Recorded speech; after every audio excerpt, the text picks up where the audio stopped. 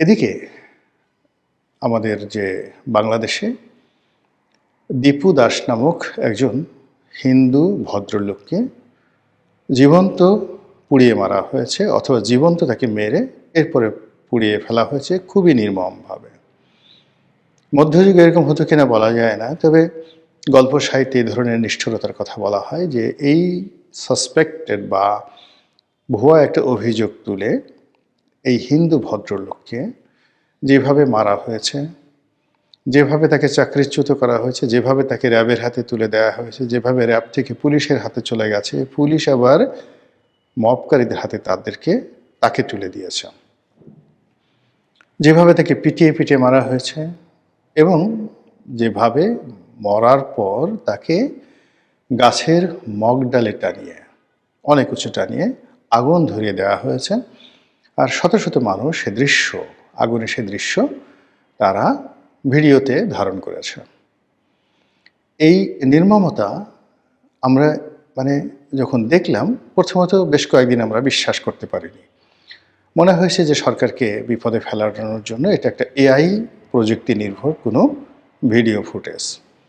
কিন্তু পরে যখন জানলাম যে আসলে এই ঘটনাটি সত্য, তখন আমাদের আসলে গত 14 মাসে মব দেখতে দেখতে, ভয় পেতে পেতে, কথা না বলতে বলতে এমন একটা অভ্যাস হয়ে গেছে যে দীপু দাস নামক একজন হিন্দু ভদ্রলোককে পুড়িয়ে মারা হয়েছে।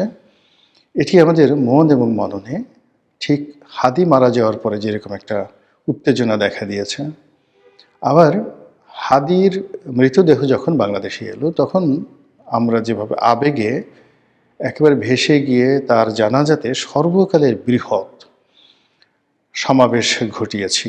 এত মানুষ আমাদের দেশের কোনো জানাজাতে এভাবে হয়েছে কিনা প্রশ্ন সাপেক্ষ। ফলে আগামীতে যে রাজনৈতিক নেতৃবৃন্দ মারা যাবেন তাদের জন্য হাদির এই জানাজাটি রীতিমতো একটি থ্রেট হয়ে, অথবা একটি মাইলস্টোন হয়ে, একটি উদাহরণ হয়ে রাজনীতিবিদ যারা আছেন তাদের জনপ্রিয়তার ব্যারোমিটার হিসেবে কাজ করবে। যা হোক, যেটা বলছিলাম দীপু দাসের ঘটনা, তো এইটা যখন জানাজানি হলো বাংলাদেশে, এটা নিয়ে কোনো উত্তেজিত ঘটনা ঘটল না, কিন্তু ভারত উত্তাল হয়ে পড়েছে।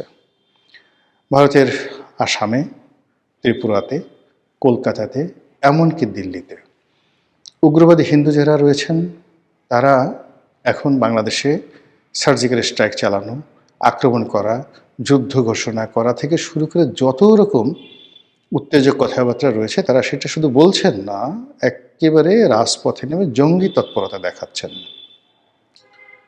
তারা ভারতীয় পুলিশের সঙ্গে মারামারি করছেন, প্রাদেশিক পুলিশ এবং যাকে বলা হয় অন্য আইন শৃঙ্খলার যে রক্ষাকারী বাহিনী রয়েছে। কলকাতার কয়েকটি ভিডিও ফুটেজ আমরা দেখলাম, সেখানে পুলিশের সাথে মারামারিতে রীতিমতো রক্তারক্তি ঘটনা ঘটেছে।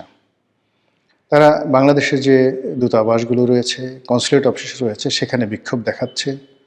পরিস্থিতি এতটা নাজুক যে ভারত বাংলাদেশের সীমান্ত অঞ্চলে সৈন্য বাড়িয়েছে।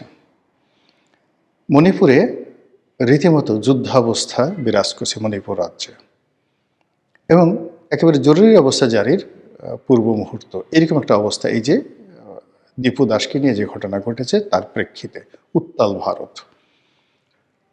এবং ভারতে যারা সামরিক বিশেষজ্ঞ এবং অন্যান্য যারা লোকজন আছেন তারা নানাভাবে সরকারকে প্রভোগ করছেন যে তাদেরকে 1971 সনের মতো আর একটা সিদ্ধান্ত নিতে হবে।